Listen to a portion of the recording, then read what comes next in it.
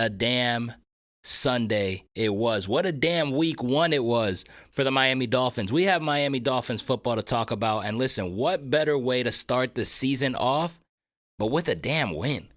Now you can talk about, was it an impressive win? We'll touch on that. Was it a win that you are excited about, that you feel like, wow, like this team is going to go to the Super Bowl? Not quite, which we're going to talk about. But listen, at the end of the day, we got Dolphins football to talk about for you guys here today. And a win is a win. You're starting the season first place, tied for first place, 1-0. That's it. That's all that matters at the end of the day. When the season is over, they look at standings, and you look at wins, and you look at losses.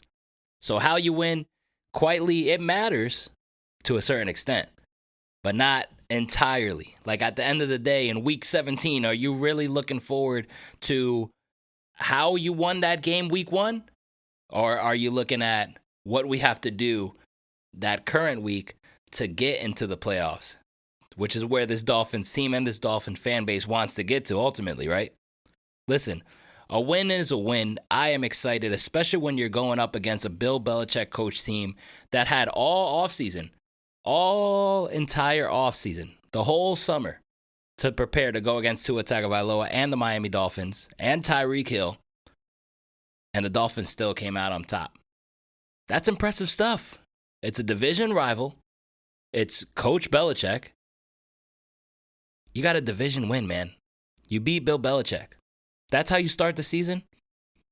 That's something you'll take, especially as a Dolphin fan. I will absolutely take it. But let's talk about the game, and let's talk about how I feel about the game. So, first and foremost, throughout the first half, I mean, it was a little bit of a concern to me, to say the least. First of all, I love that the intensity that the defense played with. I mean, the defense came to freaking ball from the jump. I mean, that looked exactly like the defense that we're so used to seeing over the last couple years with this Miami Dolphins team. I saw Brandon Jones getting after it.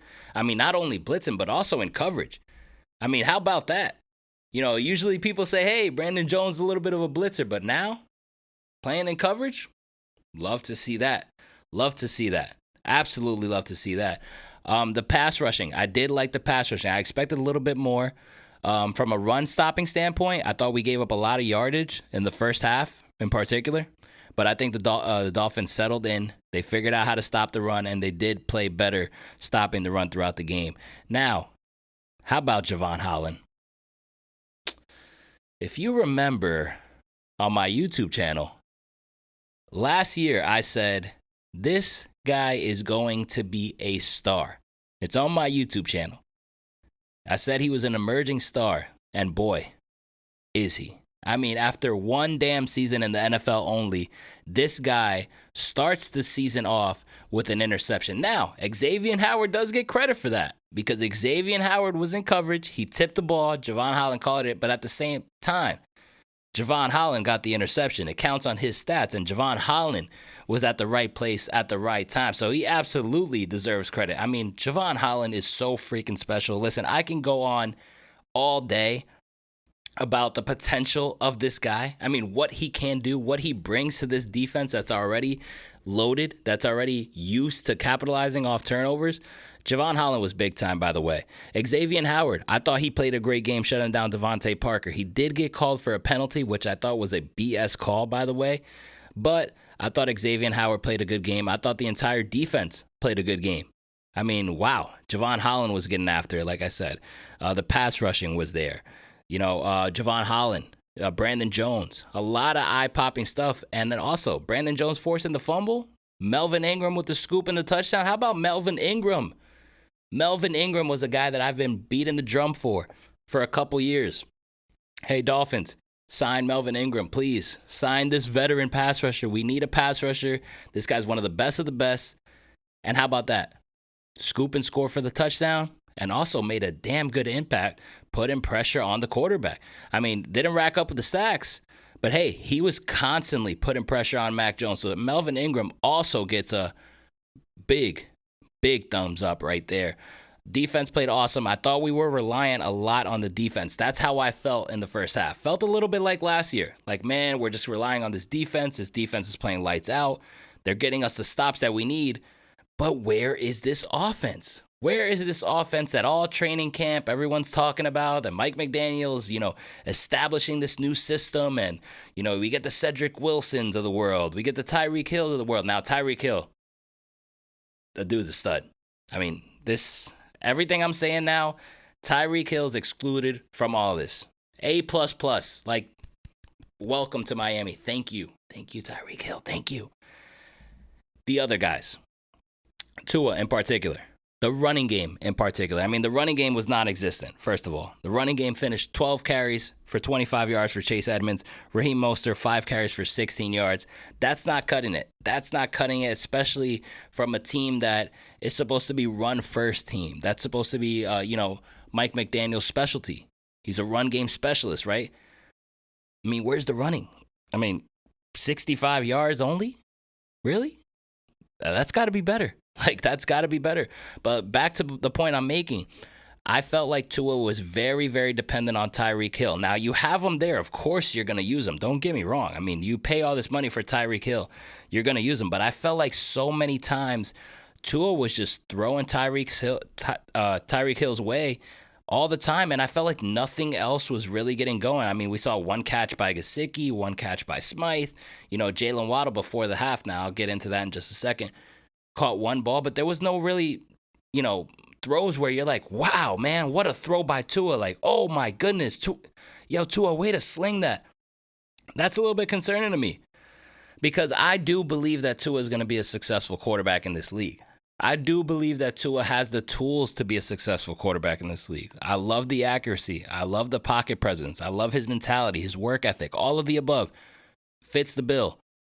But, man, I expected to go into week one and see this, New England Patriots secondary who has, fallen off a step. I mean, they lost J.C. Jackson. I expected Tua with these new weapons like everybody has been hyping about all offseason. I expected to see Tua go out there and sling the ball, like just get, he finished with 270 yards. Maybe I'm being a little bit too greedy, but one touchdown pass, I expected 3. I expected 300 yards maybe at least, and I expected a lot of plays to have me like, wow, Tua, what a throw. Like, ooh, man, there were a couple in there, don't get me wrong, but I just expected more is what I'm trying to say. Now, thankfully, to his credit, he was able to zip a beautiful ball to Jalen Waddle's hands that had the New England Patriots defenders just crashing into each other before Waddle took it to the house. 4-7 right before the half, which I thought was crucial. It gave the Dolphins a 17-0 lead going into the halftime, and it also gave that offense the confidence that they needed. Because, like I said, it was very Tyreek Hill dependent. It was very stagnant, not really putting points on the board. But then right there, right at the right time, right after I actually tweeted that during the game, I said, listen, I need 7 here right before the half. The offense is not looking good. Connects to Waddle, which I wanted to see Waddle get involved for the touchdown. I mean, Jalen Waddle also, he finished with four receptions for 69 yards, 1 touchdown. Like I said, it was a 42-yard touchdown. Only got targeted 5 times. Now, Jalen Waddle was the guy that was getting targeted, it seemed like every single play in the Miami Dolphins offense last year.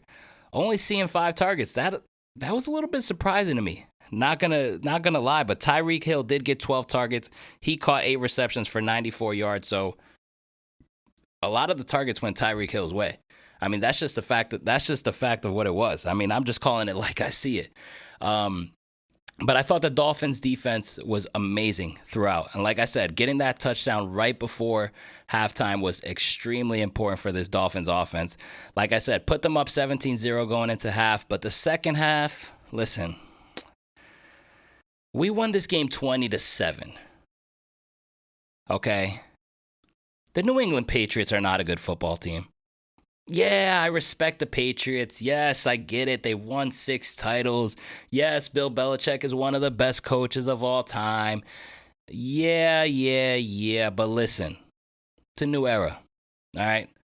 Mac Jones making the top 100 list. I'm sorry. Mac Jones is not it. The CBS broadcast talking about Mac Jones had a gracie. Stop.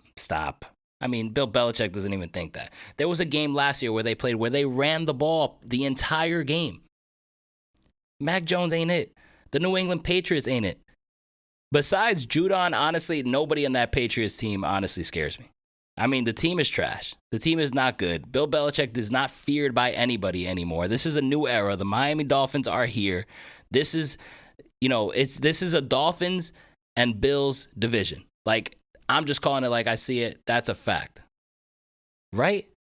But because I say that, when you're at home, when I feel the way I feel about the Patriots team, like I just told you, I expected us to just keep the foot on the gas and just get these guys out of town, like right away. Now, the Patriots scored 7 points. They outscored us 7-3 in the second half. We only put up 3 points in the second half. So the game finished 20-7. I was alarmed by that. I think it's concerning. Dolphin fans, I don't want to be able to tell you guys, hey, don't enjoy the win. Don't be happy about the win. But when you go through what we've been through as a fan base, I myself can attest to this. I'm a huge Dolphin fan, as you guys know. We've been through so much, and we've been through so many years of expectations and getting our hopes down where we were cautious to believe again. But when you see that this team added, the left tackle that they needed in Teron Armstead, they added the wide receiving group that they added, which is Tyreek Hill, Cedric Wilson, a pair with Jalen Waddle and Mike Gesicki. The defense is still intact. You got a new coach, right? A coach that believes in your quarterback. It's an offensive-minded coach. With all that being said, your expectations are high. Like, you get that belief again. So with those expectations, you expect to see results, especially when you're going against a crappy New England Patriots team. Especially when you got Baltimore next week on the road, followed by Buffalo, followed by Cincy, who made the Super Bowl. You guys get where I'm going? This right here was a game to make a statement. This right here was a game to get all them stats, have this fan base believe Tua to have a game of his life, and give us that, like, wow, you are that guy that has been working all offseason, and it totally paid off. But he didn't show that. I mean, 3 points in the second half, that's not going to cut it. That was a little bit concerning to me. And also, Tua almost had 2 interceptions thrown. I mean, there were a couple instances where he was not going down. Like, he was about to get sacked, and he was trying to make something out of nothing. Almost resulted in a turnover. And another time, Tyreek Hill had to pull the ball out of somebody else's hand to save an interception. Like, Tua's got to be smarter. Like, these are not the type of things that you want to see from a year 3 quarterback. And that's got to improve. At the end of the day, though, the Dolphins did get a win. Okay, they only had 4 penalties, which is good. A little bit, boneheaded ones. One was a bad call as well, so I don't credit them from the penalty standpoint. Offensive line from the right side, I think they played very bad.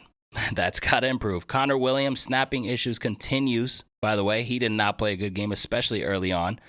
The left side, I like what I saw from the left side. I love what I saw from Teron Armstead, even though he went down, but luckily he came back. Tua played an okay game. Listen, at the end of the day, the dude he was 23 for 33, 270 yards, a touchdown, and 0 turnovers. Okay? 0 turnovers. Listen, you can argue that it should have been this, should have been that, but the fact is, like I said in the beginning, a win is a win. You'll take it.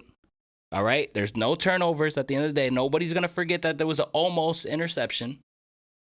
So, got to call it like I see it. Tua had an okay game. Tua had an average game, in my opinion. It looks like a really good game, but to me, it was an average game. There's a lot of potential. I expect a lot more from Tua, and this is only week 1.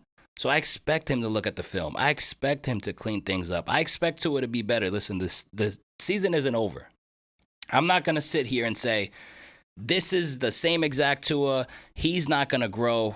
Get him out of here. No, I need to see this season go through. I need to see this man look at film, develop as a quarterback, get better, fix his mistakes. And if you're not turning the ball over and winning football games, listen, winning cures everything. So we're going to take that. But you got to take it with a grain of salt. It's only week 1. Like I said, Tyreek Hill was amazing. Jalen Waddle was good. I want to see him involved more. The running game, by the way, that's something that I think needs to be fixed ASAP because I think this offense will feed off a dominant running game. I think a dominant running game will open up the play action for Tua. It'll make it a lot easier and also make it easier for the wide receivers as well. So that's something I'm looking forward to week 2. But hey, man, the Dolphins got to win. The Dolphins are 1-0, and the Dolphins beat the New England Patriots. And I mentioned this on the live stream that I did for the Basement Sports Network. Those of you guys who are not following, check that out. Post-game shows, by the way, at the conclusion of the Dolphins games. I said, shout out to the New England Patriot fans that attended Hard Rock Stadium. Thank you for coming to Miami. Thank you for your business. Thank you for enjoying the weather. Thank you for enjoying that game. Thank you for enjoying that L. And I hope you had a great flight back to New England or wherever the hell you guys are from, because your stay was welcomed. And sorry to say, this is a new era. Dolphins are better than you.